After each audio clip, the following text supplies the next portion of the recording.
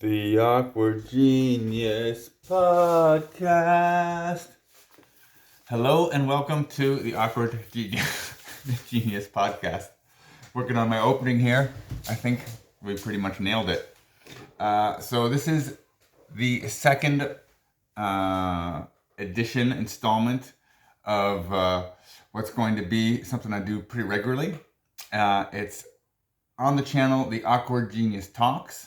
And basically what this channel is I'm just going to talk to the camera every day, basically to try and get better at talking to the camera, because I'm not really that good at it, and it's something I want to get better at for my other YouTube channels. I've got 2 or 3 right now.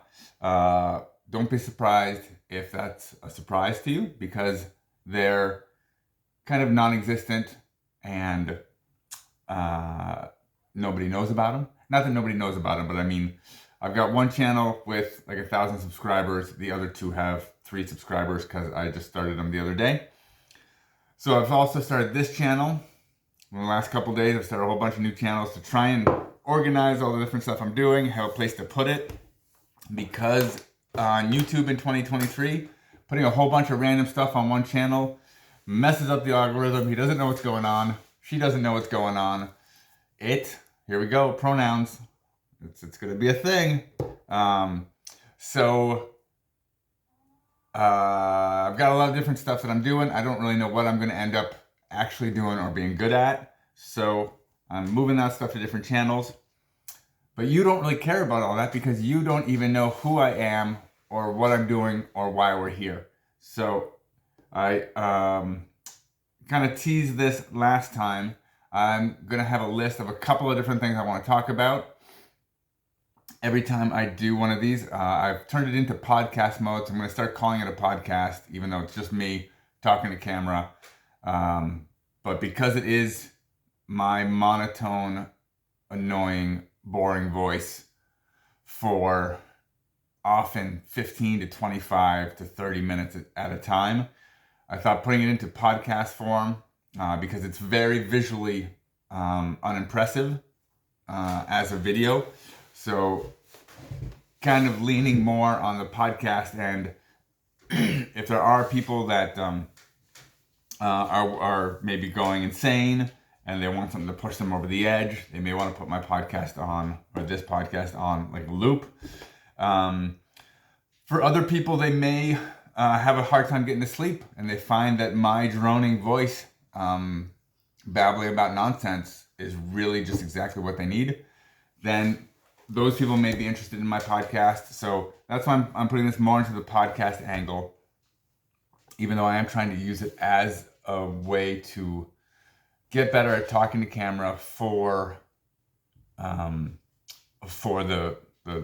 actual videos, the video channels that I'll be doing. I could talk a lot more about those channels, but I don't think anybody cares. So I'm not going to right now. There's going to be a lot of these. I've got a lot of stuff I'm going to have to talk about a lot of stuff because I'm going to be talking a lot. And I'm going to try and do this gesture with my hand as often as possible. That's what my dog does when he wants me to feed him. He pauses metal food bowl. It's communication. It's a language. That word is hungry. Hungry doggy. Hungry doggy. I think that's what it means. He's better at understanding my words than I am at his. My son, who is very small because he's 7 now, but he was 6 when he told me that dogs are much smarter than people. And I asked him why he said that, what the proof was. And he said, well, because dogs understand several human words and we don't understand any dog words. So I thought that was prescient, if that's a word. I mean, it is a word, but if that's the way we use that one. I don't think it is. I think prescient actually means that you see something before it happens. Like intuitive or good intuition or something like that. So smart. I thought what he said was smart. To get away from the big word problem. So anyway, that whole thing and this dog, hello dog, you want to come up and say hello? You come up and say hello every time. There you are. There he is. Look at the doggy, because I forgot what I was going to say. What were we talking about? Do you not like my face? What were we talking about? Do you remember what we were talking about? And we're just going to move on to the first segment. The first segment is because nobody cares about my channels. Let's introduce myself.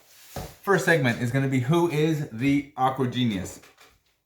Now, unless you're really, really stupid, you figured out that I'm the Akward Genius. Or at least that's the moniker.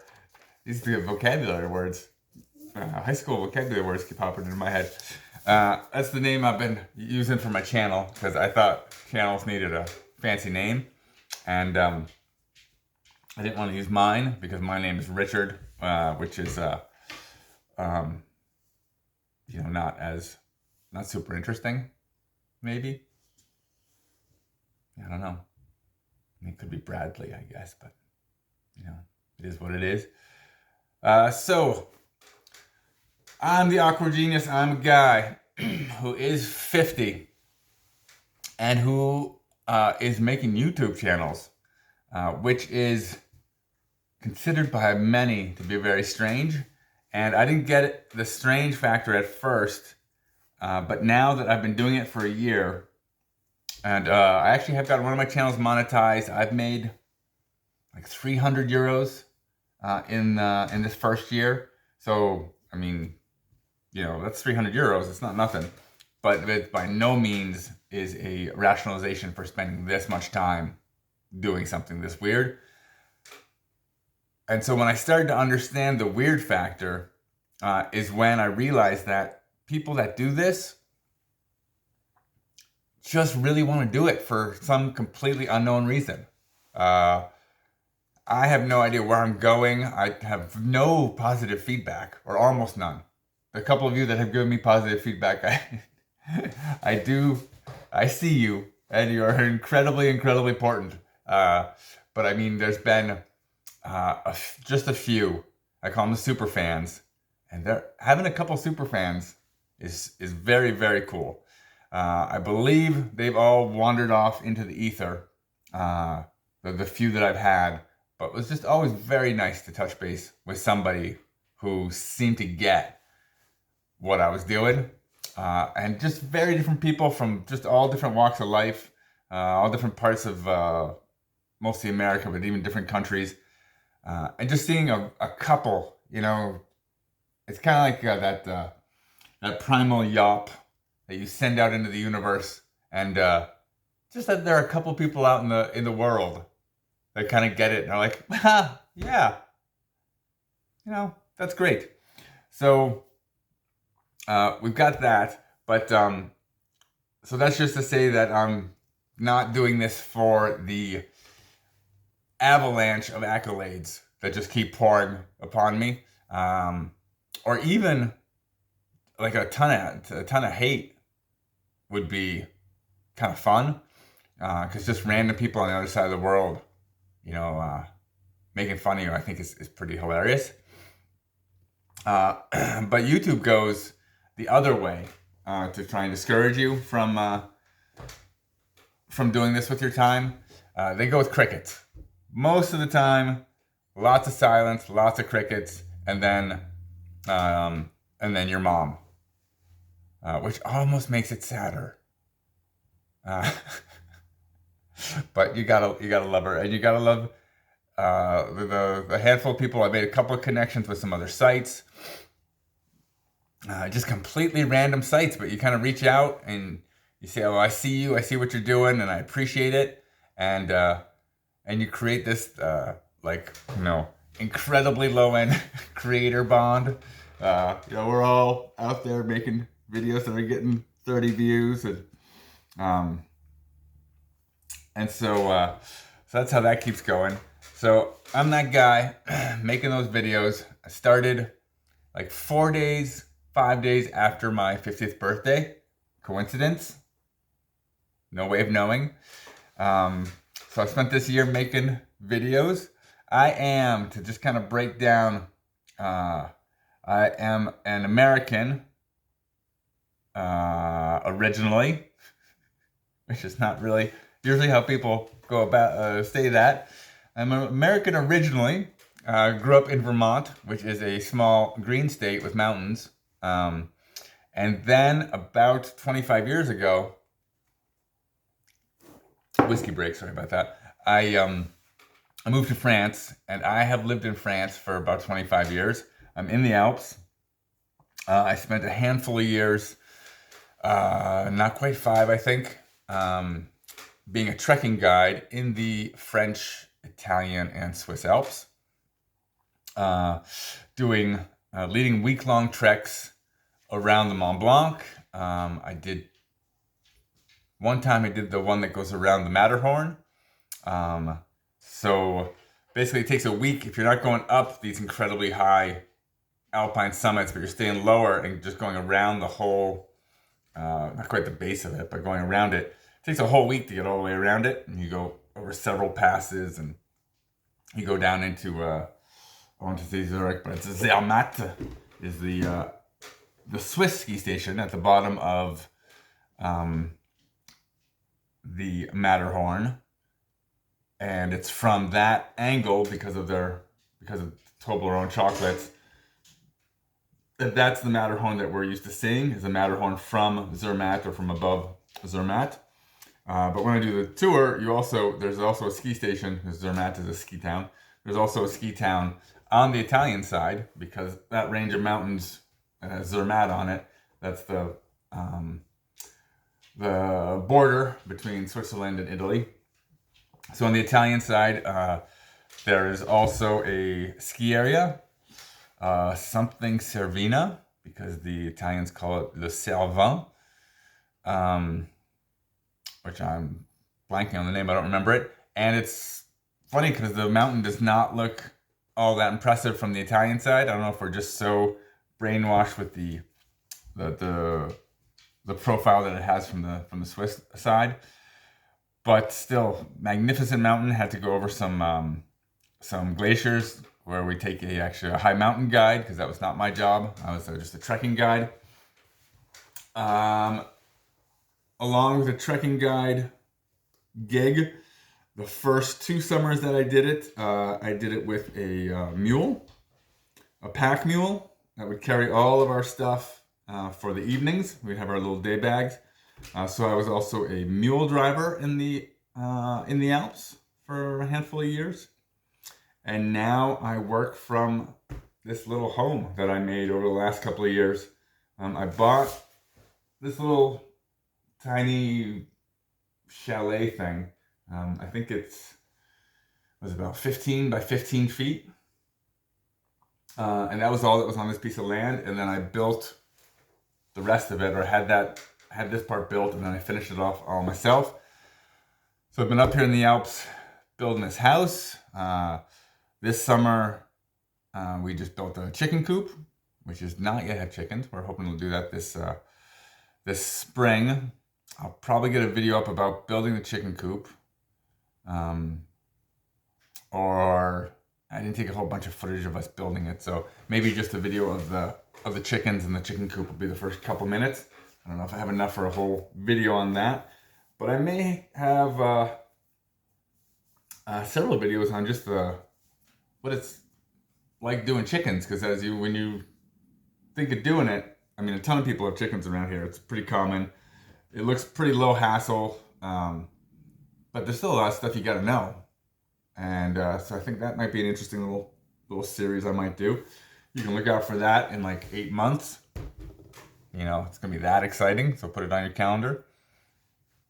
That's about all I've got this time around for the Who is the Akward Genius segment. Well, the second segment actually is kind of on the same wavelength, because the second thing I'm going to do today, I think eventually I'm going to get these videos down where I just have one topic, and then I'll do the Akward Genius Advice at the end. But today I do have 2. They really do go together. We just got into Who is the Akward Genius, which I probably should have put in my first video or podcast installment, but I did not. And so the special segment today is where I have hair. Now, for those of you who are watching this in video format, you can see different places that I have hair. There are places I don't have hair that you can't see, and what you're thinking of is very dirty. What I'm talking about is this. So we're only going to be talking above the, I say waist, but above the clavicle. Excuse me. I have this throat clearing thing that's probably going to drive you crazy. So good luck with that. So briefly, where I have hair, I've got the hair on my head, except I've got the friar tuck thing that started off kind of low key. I talked last video about how at the age of 40, I was a pretty impressive specimen. Specimen? This is why I'm doing this thing, because I don't know how to make the mouse sounds come out of my face, and the pie hole doesn't always work right. Let's take that again. Up until almost exactly age 40, I was just this very impressive specimen of a young man.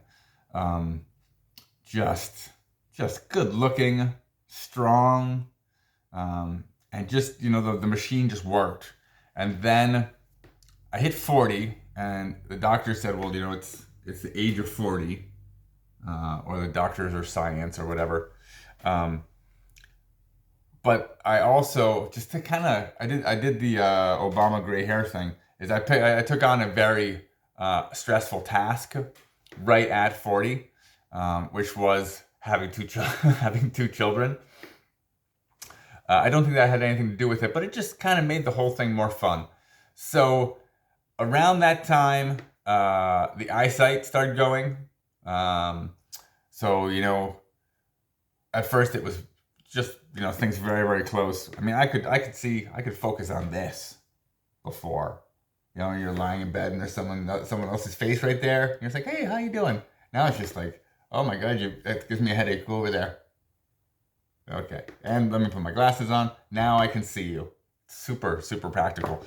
So the eyesight went, and of course the hair went too. So no hair up here, and really, I mean, that's starting to just really go to the point. I was thinning here, and I always see this when I've got the light on above, that you can just totally see the round shape of my head, like if there's no hair. I mean, there's a bit of a tuft here that's kind of fighting. But I'm guessing that this whole end zone here, this whole zone is gonna go, and then I'm gonna have the choice of going with the Danny DeVito, both of the clown look, or you know, really just shaving it all down and cue balling it, which is I did a video about some balding statistics. That's apparently the way to go. Unless you have an incredibly weird shaped head and big floppy ears, then it might not be the way you want to go with that. Also for the podcast audience, I do have a good bit of hair on my face at this time. I've had much more last winter. Actually, when I started this channel, I've been letting my face grow for months just to see how big and bushy it could get. And it's fun because I've got a couple of holes still in the beard. So even when it was big and bushy, I mean, it wasn't like what you're thinking of as a big and bushy beard. It was like just maybe a beard. And granted, it took me to the age of 50 to be able to pull that off. So I was letting it run. And then I think I had a meeting for work, and that just wasn't going to fly with the face the way it was. So I went into an actual barber. I say barber because beard is barb in French, and I think even barber comes from the idea of your barb, that they were there for shaving, and then they just started cutting people's hair for the fun of it too. So I went to an actual barber. He had the barber's pole, so I figured that was a pretty good place. I actually made a video of when I went and did this. I haven't documented my whole life, but as I'm talking, things are popping up that, yeah, I didn't get a video about that. And so what he did, I just said, just make this whole thing look better and clean.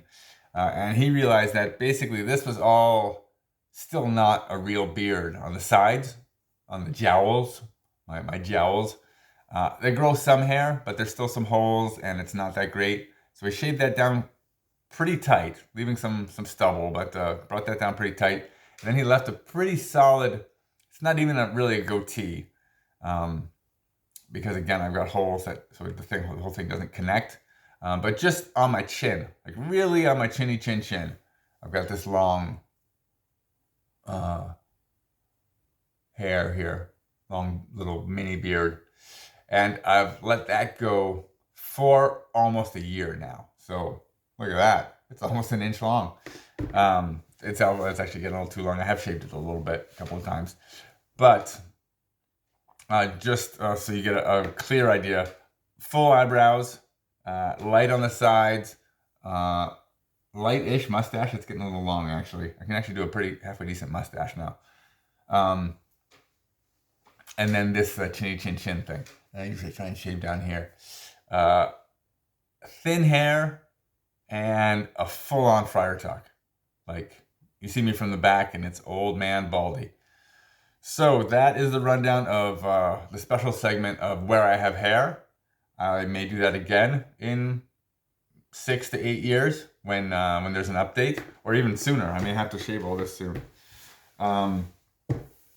So that brings us to the last segment of this podcast, which is the Akward Genius Advice. Today's advice is to eat more dark chocolate. There's a scene in Harry Potter after, I believe, Death Eaters attack a train. If you have never seen Harry Potter, it's just, it was a traumatic experience for some young children. And when the adults eventually do arrive, I just was always struck by one of them who he says, well, here, you've had a very traumatic experience, take this. And the kid, I don't know if it was the titular Harry Potter or somebody else, is like, hey, what is that? And the guy says, well, it's chocolate. And at that point, everyone's kind of thinking, well, that's nice. You give him chocolate and whatever. But I was always struck when he goes, the adult, he goes back to it, 30 seconds later, and he says, eat this. It really does help. And I thought about it. I was like, I bet it really does help. Chocolate is a comfort food. And there are times when a comfort food is what you need. I am like rail thin. I'm doing better. I used to be rail or thinner. So I can't, and I obviously don't have any, what do you call it? Like eating all the time to deal with my problems kind of thing, which would make me probably bigger. So this advice probably doesn't go to people who have weight problems, because there's a lot of fat in chocolate and a lot of sugar.